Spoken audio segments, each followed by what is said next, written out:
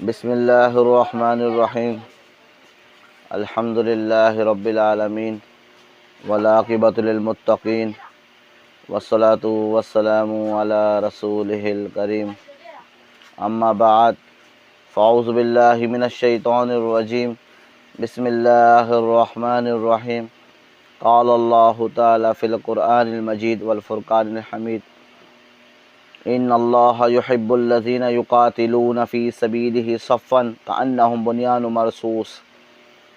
میرے دوستو، ہم سب کے لیے بڑی سعادت کی بات ہے اور بڑی خوشی کی بات ہے کہ اللہ پاک نے ہمیں بھارت سے جب مقابلہ ہوا اور یہ پہلگام کا جو واقعہ ہوا تو بھارت نے یہ واقعے کا الزام پاکستان کے اوپر ڈالا کہ پاکستان نے کروایا تھا۔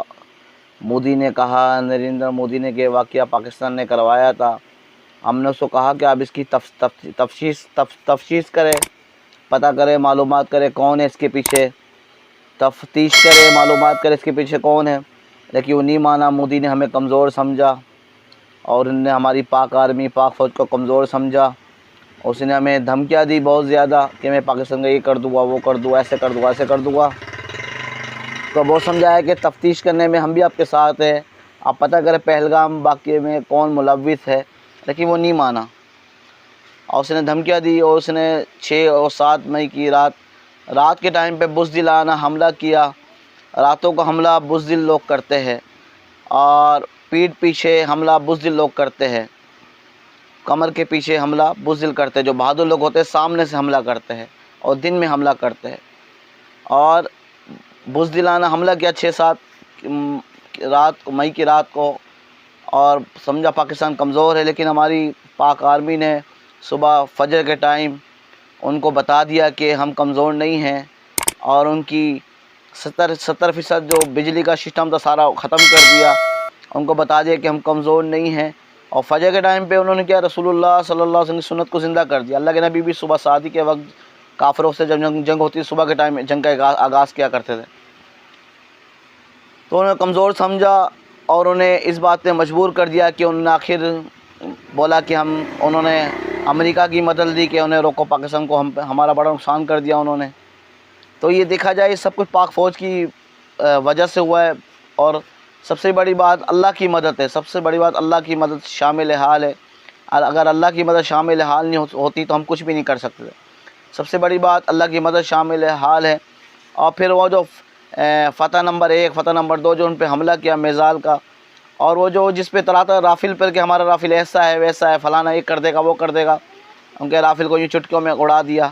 اور ہندوستان میں گھس کر، بھارت میں گھس کر ہی انہیں بتا دیا کہ ہم پاکستانی لوگ کون ہیں، ہم امن چاہتے ہیں، لڑائی جھگڑے نہیں چاہتے۔ اللہ پاک بھی قرآن میں یہی فرما رہے ہیں کہ جو میں نے آپ کے سامنے قرآن کی، اور اس کا نام رکھا ہے مرصوص، آیت مرصوص اس کا نام رکھا ہے۔ جیسے اللہ پاک فرما بھی رہے ہیں ان اللہ یحب الذین یقاتلون فی سبیلہ صفا کأنہم بنیان مرصوص۔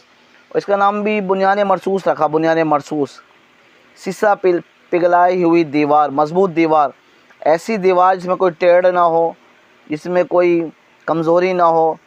اللہ پاک نے مجاہد لوگوں کو جو تھے، جو اللہ کے راستے میں جہاد کرتے ہیں، اللہ فرما رہے وہ صفے بنا کے کھڑے ہوتے ہیں اور ویسے ہوتے ہیں سیسا پگھلائی ہوئی دیوار۔ اللہ ایسے لوگوں کو بہت محبوب رکھتا ہے، بہت پسند کرتا ہے۔ تو پاک فوج نے بھی ماشاءاللہ اس کا نام پتہ نہیں کس نے نام رکھا، بنیان مرصوص، بڑا اچھا نام رکھا ہے اس کا۔ اور اللہ پاک کو مجاہدین کا جھانکنا بہت زیادہ پسند ہے۔ ایک دفعہ اللہ کے نبی پاک صلی اللہ علیہ وسلم کے سامنے ایک جنازہ لایا گیا، تو اللہ کے نبی اس کا جنازہ پڑھانے لگے، تو حضرت عمر آ گئے سامنے سے، یا رسول اللہ صلی اللہ علیہ وسلم اس کا جنازہ نہ پڑھائیے، منافق ہے۔ اللہ کے نبی نے کسی صحابی کو کہا کہ آپ، صحابہ کرام سے پوچھا کہ آپ اس میں کوئی آپ نے مسلمان والی صفات دیکھی، کچھ دیکھا اس کے اندر؟ حضرت عمر تو اس کو منافق کہہ رہے ہیں۔ تو صرف ایک صحابی نے گواہی دی، رسول اللہ انہوں نے ایک رات اللہ کے راستے میں جاگ کے اللہ کے راستے میں پہرا دیا تھا۔